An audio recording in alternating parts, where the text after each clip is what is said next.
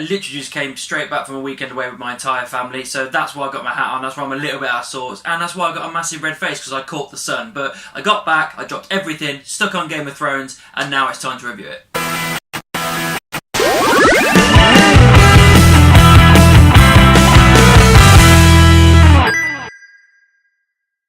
Hi guys, welcome to Beard's Eye View, and this is my spoiler review for episode 4, season 8 of Game of Thrones. Of course, as I've said before, spoilers all the way through this video. Make sure you've checked out the episode first before you check out my thoughts. Spoilers all the way through this video, guys. Don't forget to give me a thumbs up, put something down in the comment section, make sure you subscribe and ring the bell so you know when I've got a video coming, and also look at something at the end of this video to let you know you can save 15% on some awesome clothing. The somber note that it starts on with burning all the people from last week, including Theon and Jorah and everybody else that had died in that, just very upsetting, very somber, and just showing how much they've all lost in this massive fight. And yeah, but it was needed. It was definitely needed. There was a lot of heartbreak in this episode. There really was.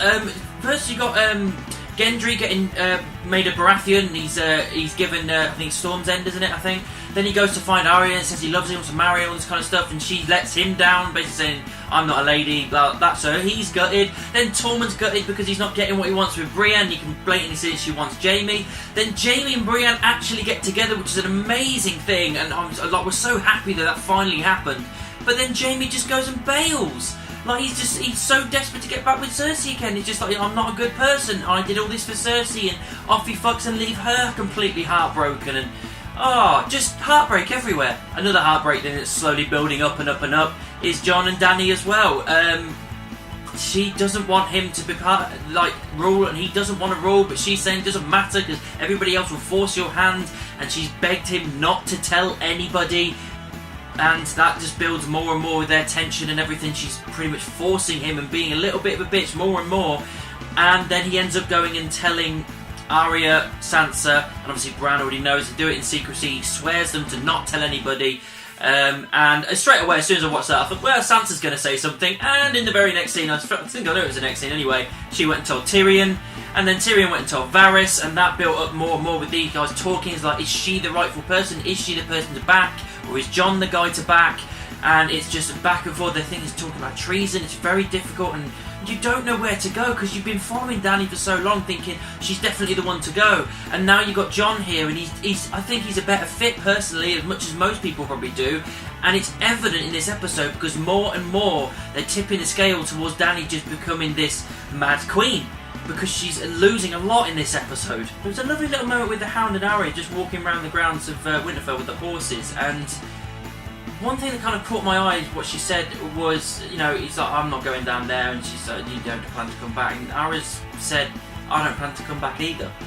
Which makes me think that maybe she thinks that she might carry out her task of killing Cersei, but she thinks she might die in the process. I hope not.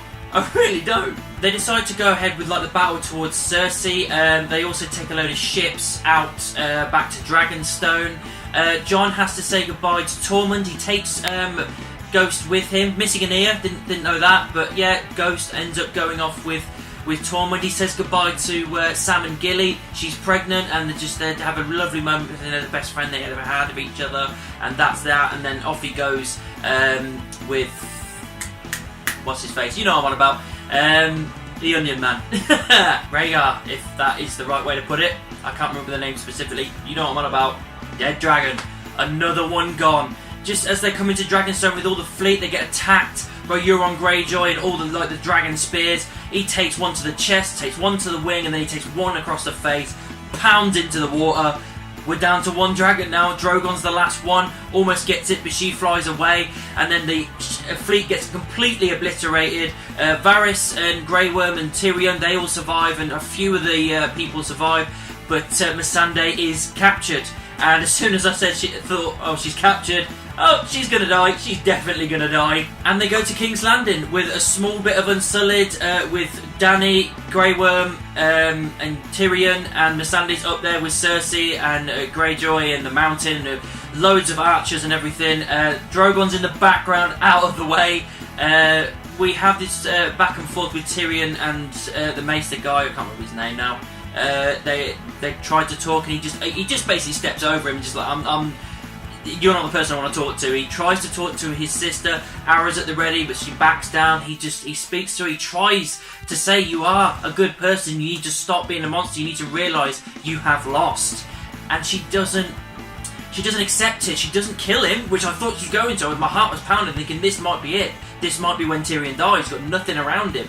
And then she basically just says to Missandei, if you've got any last words, she says Dracarys, and the mountain cuts her head off in front of all of them. Grey Worm loses the love of his life. Dany loses her best friend and her advisor. Head cut off. She's gone, as I suspected she would.